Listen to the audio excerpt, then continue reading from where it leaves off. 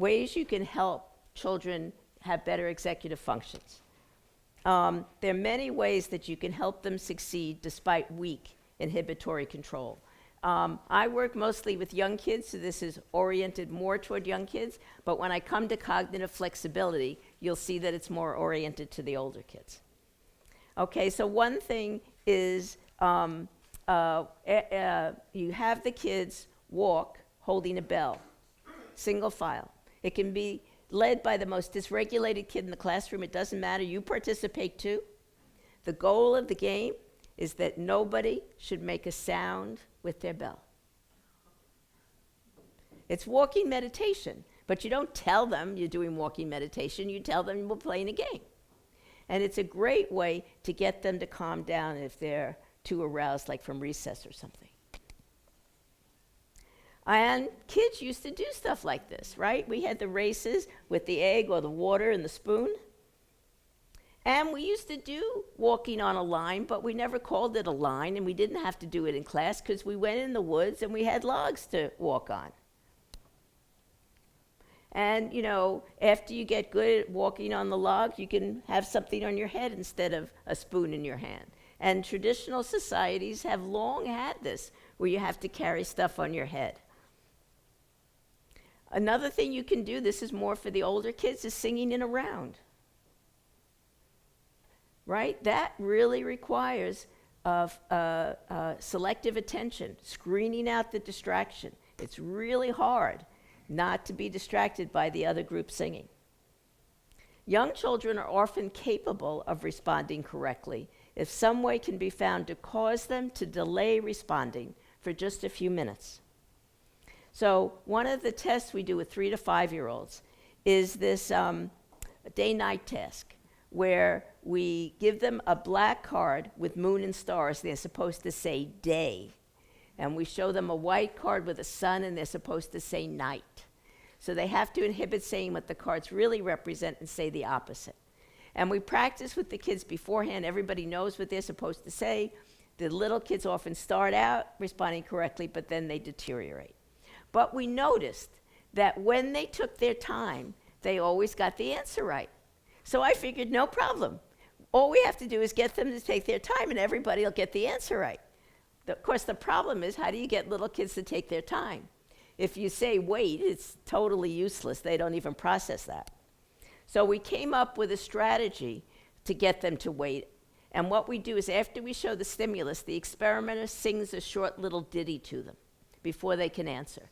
And the kids are polite enough that they don't interrupt you while you're singing. And you might think that jabbering at them when they're trying to compute the answer would interfere.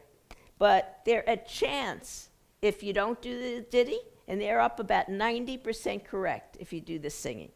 So I'm going to show you a video. As you can imagine, the testers in my lab hate this procedure. So I'm not going to embarrass anybody from my lab. You'll see me, unfortunately.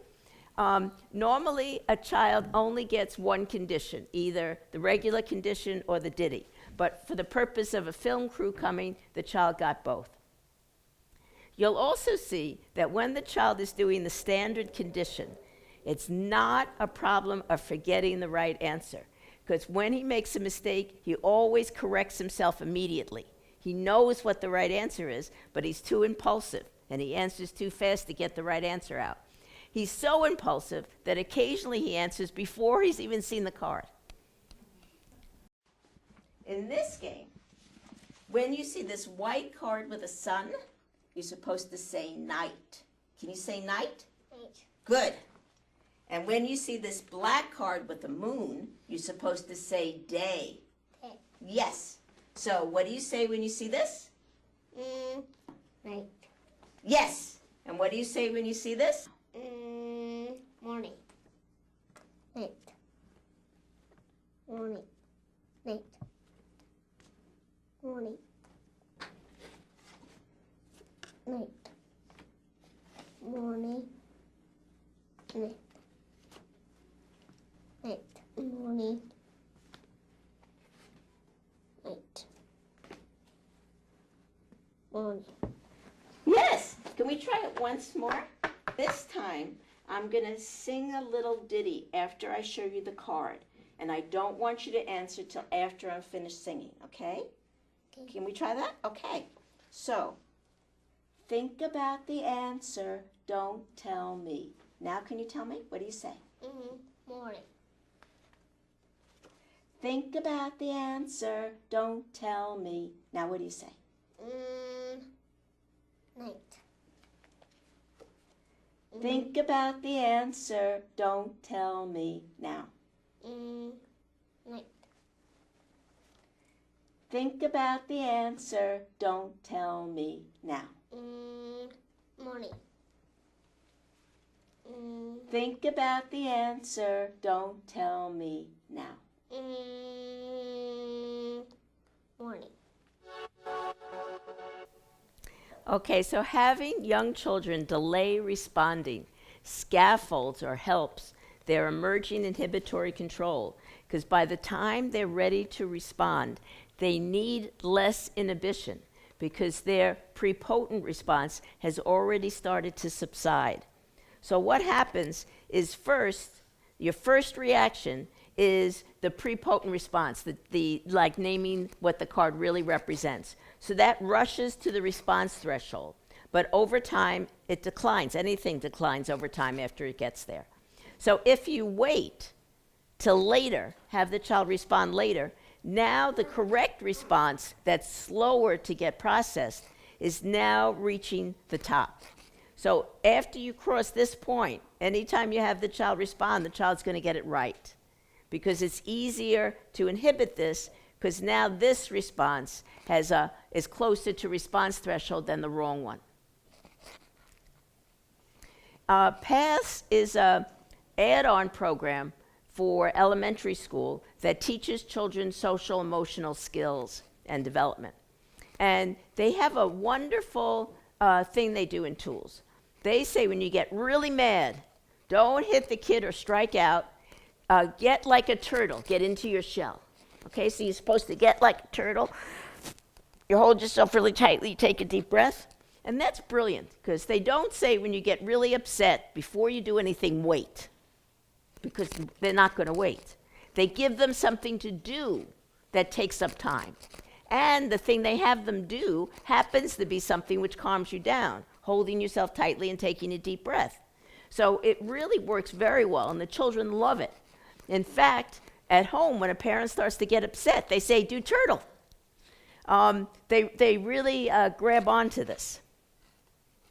Many of you who are first or even second grade teachers will recognize this. You often see mirror reversal writing in kids. It's perfectly normal. They grow out of it.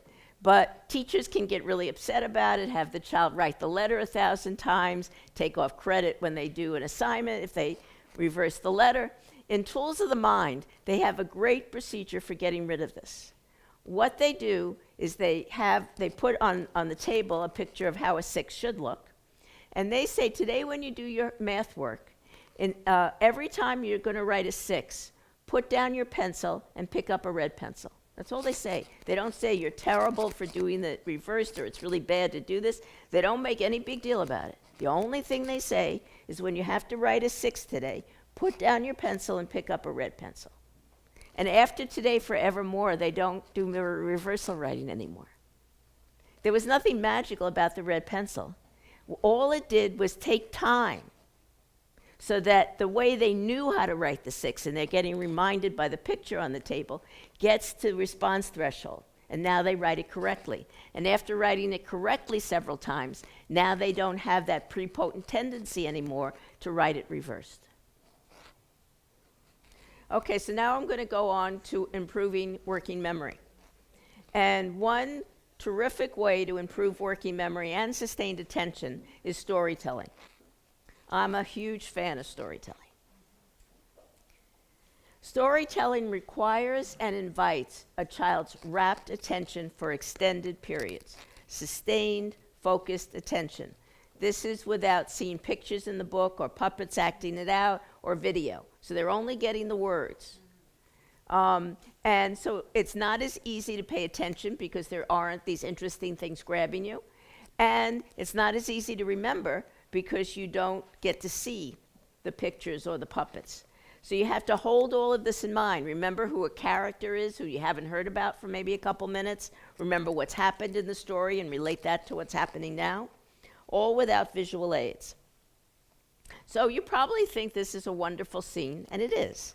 But I'd like to suggest that this is too, where only the person telling the story sees the pictures in the book. You don't keep turning the pages so the children can see. One advantage of that is that you can imagine that the Prince Charming is you, looks like you, or the lovely princess looks like you. The princesses in the books never looked like me.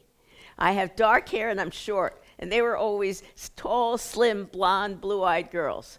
But if I don't see the picture, I don't know what she looks like. Maybe she looks like me.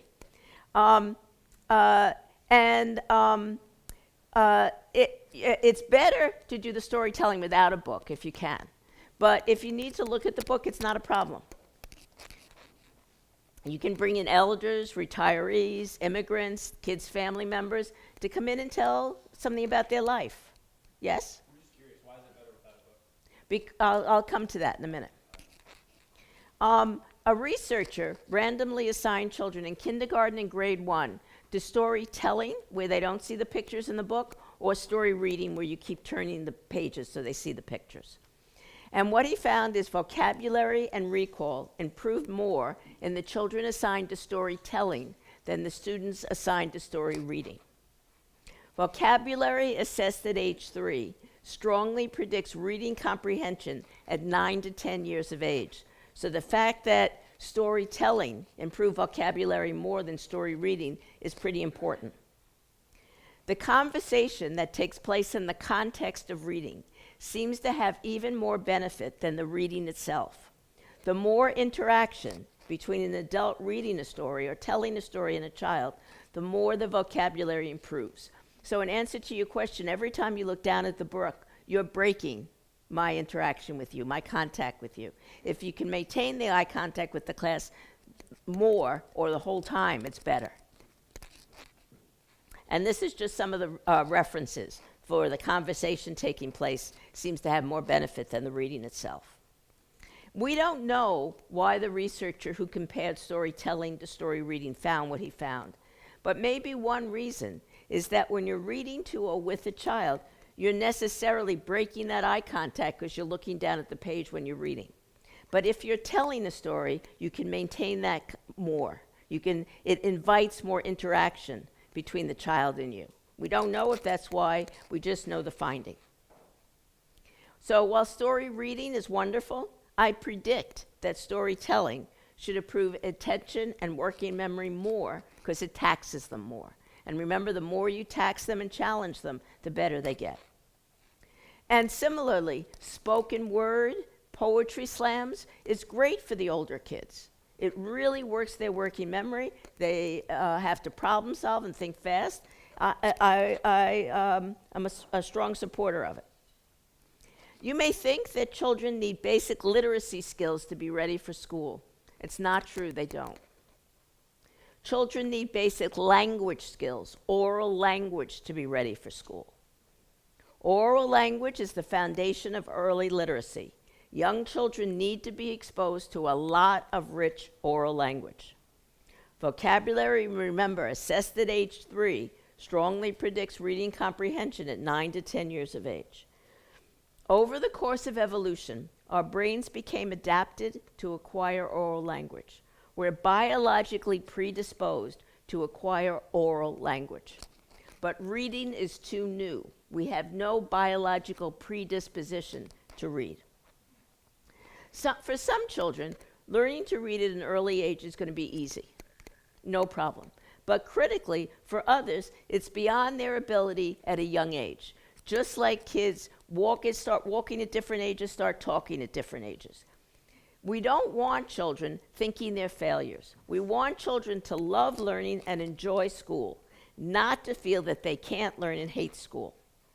It's more important that children don't think they're dumb and that they can't succeed or come to hate school than it is for them to start reading at an early age. And the powerful expectations that we have for ourselves If you think you can't succeed in school, you're not going to succeed in school. And if you think you can succeed in school, the odds are you probably will. So if the child forms an early expectation of himself that this is a place of failure, it's very hard to change that, and it's very hard to overcome it. So one example of the incredible power that our expectations have on how we do is a whole subfield of social psychology called stereotype threat. There are lots of stereotypes in our culture. And one of them is that in general, men are better in math than women. So a group of researchers went to a university and gave the university students a standardized math test. And no surprise, as a group, the men performed better than the women, okay? Then they took exactly the same standardized math test to a completely comparable group of university students. And the only thing they changed was they said one sentence before the exam. They said this particular test has been designed to be gender neutral. On this particular test, women score as well as men. And what happened? The women scored as well as the men. It was the same test. The only difference was the expectations the women had for themselves. Our expectations for ourselves become self-fulfilling prophecies. Avoid children having failure experiences. Hold off on requiring 4, 5, or 6-year-olds to be able to read. It doesn't mean that a kid who can read early should be held back. If the child's able to read, don't not let him read, but don't require it so that the child who's not ready yet doesn't feel bad. Children drilled in reading in kindergarten will test better on reading at the end of kindergarten than children steeped in oral language in kindergarten, right? That's obvious. If I teach you to read, you're going to read better at the end of the year than kids who haven't been taught to read. But I predict that by the end of 2nd grade, those steeped in oral language in kindergarten will be the better readers. I don't have evidence, it's just a prediction. Very often, what produces the best short-term outcomes is different from what produces the best long-term outcomes. An example of that is yearly standardized testing, which has serious negative consequences that were never intended. High-stakes standardized exams produce poorer long-term learning. Teachers told to ensure that their students perform well on high-stakes exams end up having students who perform worse in the long run than teachers giving the mandate to facilitate student learning. And those are 2 different studies that showed that. An example of how to help children with fragile working memory. This is from Tools of the Mind. This is for 4-year-olds or 5-year-olds. They tell everybody to go get a picture book. Now get in a pair with another child and take turns telling the story that goes with the pictures in your book. So everybody is all excited to tell their story, and nobody wants to be the listener. So what they do is they give one child a picture of an ear, just a simple line drawing. And the teacher says, ears don't talk, ears listen. And with that simple reminder, the child's able to listen.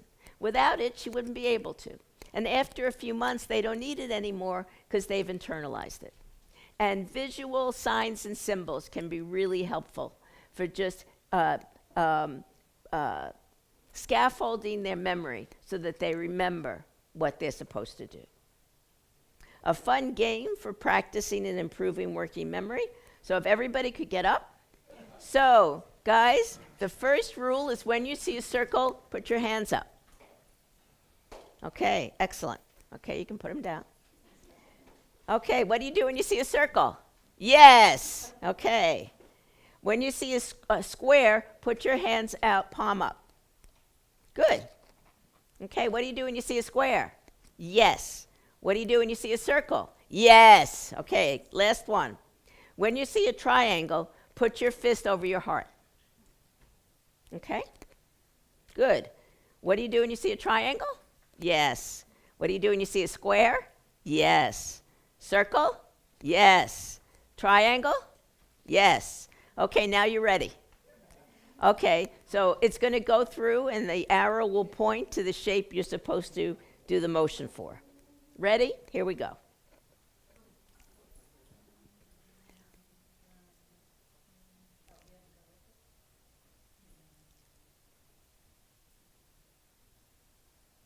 Fantastic. You guys are really good. Now I'm going to change the mappings. So this is going to work inhibitory control and cognitive flexibility. Okay? So now when you see a circle, clap your hands once. Good. Okay, what do you do when you see a circle? Yes. Okay. When you see a square, put one palm out and the fist on the palm. Okay? What do you do when you see a square? Yes. What do you do when you see a circle? Yes. Okay, last one. Salute when you see a triangle. Okay. What do you do when you see a triangle? Yes. What do you do when you see a square? Yes. What do you do when you see a circle? Yes. Triangle. Yes. Very good. Okay, you ready? Okay, here we go.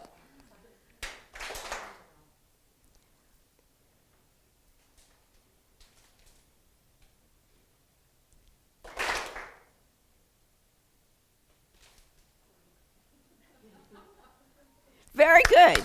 Very good. You can sit down now. I slowed it way down this morning.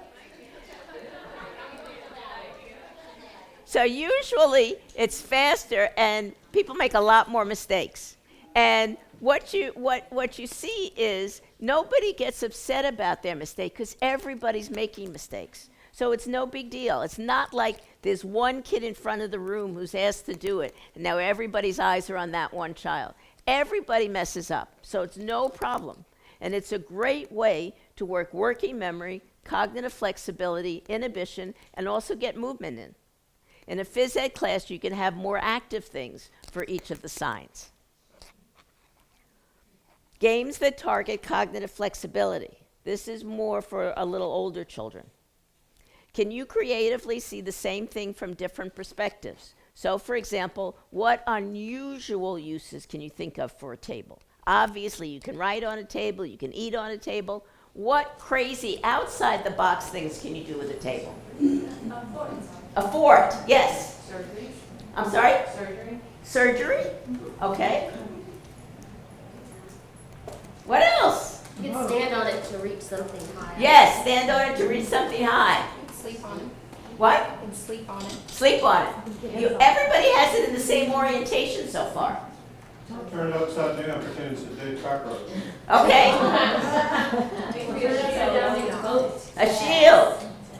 A boat, yes. Okay, so a few things I came up with. You can hide under it. You can turn it on its side to keep the door closed. You can turn it upside down to play horseshoes. You could use it as a percussion instrument. You could cut it up for firewood. Okay, that's just to get your kids thinking outside the box, thinking of other things, a different way to think about the table. You can do that with a spoon. You can do that with a string. You can do it with anything. Okay, which two cards go together and why? Now, first you show them how to do the game. And then you say, the third card is feeling very lonely now. Is there any way that that's the same as the other cards? Why would you put these two cards together? Okay? And then it can get even a little harder. So which two cards go together here and why? Pick a reason why two cards go together. Somebody. First one. Okay. So the first and the last go together by color. Okay. The third card, the one you didn't pick, is feeling very lonely.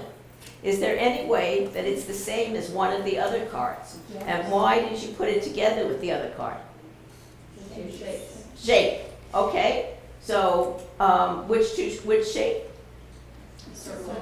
Okay. Now, two of the cards have not been grouped together yet. Can you think of any way in which those two cards are similar to one another? Yes? The truck moves, so you could put the truck with the arrow. Ah, okay. Okay, or the truck and the triangle are headed in the same direction, pointing in the same direction. Just different ways to think about the stimuli. And then this is actually the Wisconsin card sort stimuli, but you can do all kinds of things with it. You can say this card is similar to three of the cards above for three different reasons. So pick a card it's similar to and tell me why. So somebody at this table, why is it similar to one card? It's similar to the first card because there's one image on both. Right, so number. Okay, somebody in this table, give me another card it's similar to. It's similar to the third because it has the same shape. Yes. Okay, somebody in the back table. Give me the last one it's similar to and why.